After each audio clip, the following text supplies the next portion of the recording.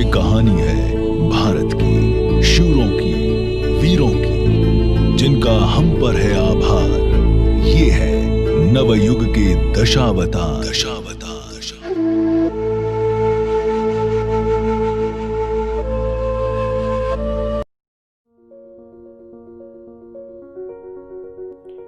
हिंदुस्तान का एक रेतीला राज्य है राजस्थान।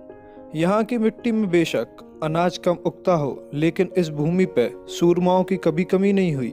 आज हम जानेंगे एक ऐसे ही वीर सूरमा महाराजा सूरजमल सिंह के बारे में। बात 18वीं सदी की है। ये समय ऐसा था जब सभी राजपूत राजा अपनी अपनी रियासत व जागीर बचाने के लिए मुगलों से रिश्ते बना रहे थे। उसी समय मुगलों से लोहा लेने एक अकेला राजा खड़ा हुआ, जिनका नाम था महाराजा सूरजमल सिंह।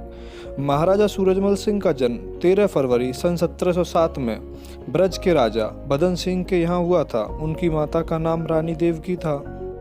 वह बचपन से ही कूटनैतिक, दूरदर्शी व अस्त्र शस्त्र की विद्या में निपुण थे। महाराजा बदन सिंह के राज्य के सारे कार्यभार उन्होंने किशोर अवस्था से ही संभालने शुरू कर दिए थे। इसी बीच महाराजा सूरजमल सिंह की मित्रता जयपुर के राजा जयसिंह के साथ हुई। वे दोनों बहुत गहरे मित्र बने, पर अचानक 21 सितंबर सन 1743 में राजा जयसिंह की अचानक हुई मृत्यु के कारण उनके राज्य को लेकर उनके दोनों बेटे ईश्वरी सिंह व माधो सिंह में विवाद शुरू हो गया। राजा सूरजमल सिंह नियम अनुसार बड़े बेटे ईश्वरी सिंह को राजा बनाना चाहते थे, पर वहीं दूसरी ओर उदयपुर के राजा जगत सिंह छोटे बेटे को वारिस देखना चाहते थे। ये विवाद इतना बढ़ गया कि दोनों भाइयों के बीच युद्ध हुआ। युद्ध में ईश्वरी सिंह को विजय प्राप्त हुई। जब कुछ समय बाद माधो सिंह अपनी हार न सह सके तो वे एक रणनीति के तहत मराठाओं, सिसोदियाओं, महाराणा, हांडा, पंवार, खिंची व अन्य राजपूत राजाओं की मदद से अपने चाचा जगत सिंह के साथ ईश्वरी सिंह को युद्ध के लिए ललकारने लगे। युद्ध की ललकार सुन ईश्वरी सिंह युद्ध करने रण में उतरे। यह युद्ध 21 अगस्त सन 1748 में बांगड़ू नामक जगह पर हुआ था। इस युद्ध में ईश्वरी सिंह अकेले थे व माधो सिंह अन्य कई राजाओं के साथ। इस बार ईश्वरी सिंह की सेना माधो सिंह की सेना के सामने बहुत छोटी नजर आ रही थी। युद्ध के पहले ही दिन ईश्वरी सिंह की सेना को भारी नुकसान उठाना पड़ा, जिससे उनकी सेना का मनोबल कम होता जा रहा था। युद्ध के दूसरे दिन सूर्य अस्त होते होते ईश्वरी सिंह की सेना बिल्कुल बिखर चुकी थी। उनकी सेना का नेतृत्व कर रहे सरदार शिव सिंह रणभूमि में वीरगति को प्राप्त हो चुके थे।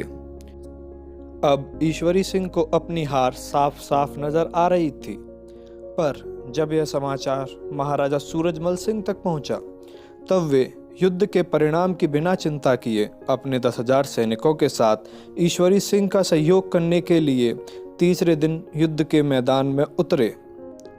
महाराजा सूरजमल सिंह दोनों हाथों से तलवार चलाने में एक निपुण योद्धा थे। इस युद्ध के दौरान उन्होंने 50 से ज़्यादा योद्धाओं को मौत के घाट उतारा था व 108 से ज़्यादा योद्धाओं को घायल भी किया था। महाराजा सूरजमल सिंह को इस प्रकार युद्ध करते देख युद्ध में आए राजाओं ने उनका परिचय मांगा। तब बूंदी के एक कवि सुदन ने परिचय देते हुए कहा, नहीं जाटनी ने सही व्यर्थ प्रसव की पीर, जन्मा उसके गर्भ से सूरजमल सा वीर। देखते ही देखते सूरजमल सिंह की सेना माधो सिंह की सेना पर हावी पड़ने लगी थी और शाम होते होते माधो सिंह अपनी हार मान चुके थे और इस प्रकार ईश्वरी सिंह को महाराजा सूरजमल सिंह की वजह से जीत प्राप्त हुई। इस युद्ध के बाद महाराजा सूरजमल सिंह का डंका पूरे हिंदुस्तान में बजने लगा था। महाराजा सूरजमल सिंह के पार्ट 2 के लिए जुड़े रहें मेरे साथ। मैं हेमंत सिंह, आपके अपने चैनल द अनटोल्ड हिस्ट्री पर। यदि वीडियो अच्छी लगे तो लाइक, सब्सक्राइब और कमेंट करना ना भूलें।